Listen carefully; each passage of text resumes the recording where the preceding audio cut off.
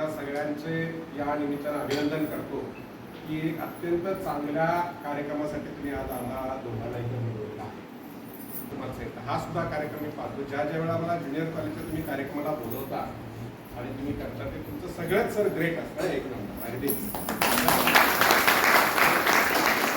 आल्यानंतर आम्हाला भाग करायचं नाही. आमचे मॅडम जुने दिवस आहेत याची माझे प्रफुल्लित करणारे वातावरण असतं. आपण शिक्षक आहोत, ही मुलं आहेत आणि यांच्यातून काही घडत असतं.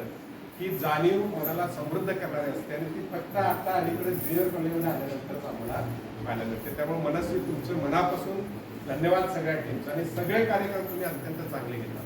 आजचा हा वैशिष्ट्यपूर्ण कार्यक्रम आहे. जेव्हा महाराष्ट्र, कर्नाटक आणि गोवा ह्या 3 राज्यांमध्ये त्याची उत्पत्ती झाली. खरं तर फुगडी हा गोव्याचा खरा कार्यक्रम आहे. खेळ गोला या गोव्याच्या परंपरेतून त्याची निर्मिती झाली.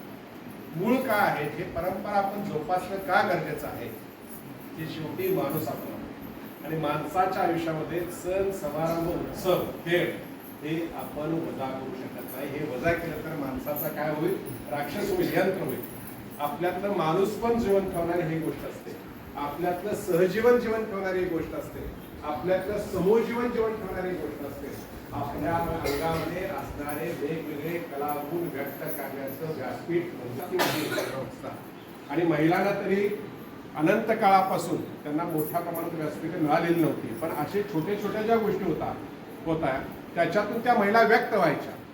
आणि ह्या व्यक्त होणं म्हणजे काय, त्यांना एक प्रकारची अभिव्यक्ती. महिलांच्या अंगात पुरुषांच्या तुलनेत त्यांनी शिक्षकाचं नातं केवळ एवढं वृक्ष आहे. तर आपण पालकांच्या भूमिकेत असतो, मित्राच्या भूमिकेत असतो, भावाच्या भूमिकेत असतो आणि त्या भूमिकेतून तुम्हाला ते सगळे सांभाळतात. तुमच्यामधल्या सगळ्या कलागुणांना वाव देतात आणि मला खात्री आहे की तुम्हाला कुठेही अशा पद्धतीचं उबदार वातावरण मिळणार नाही जे तुम्हाला कर्मवीर हिरेमठा ज्युनियर कॉलेजमध्ये मिळतं.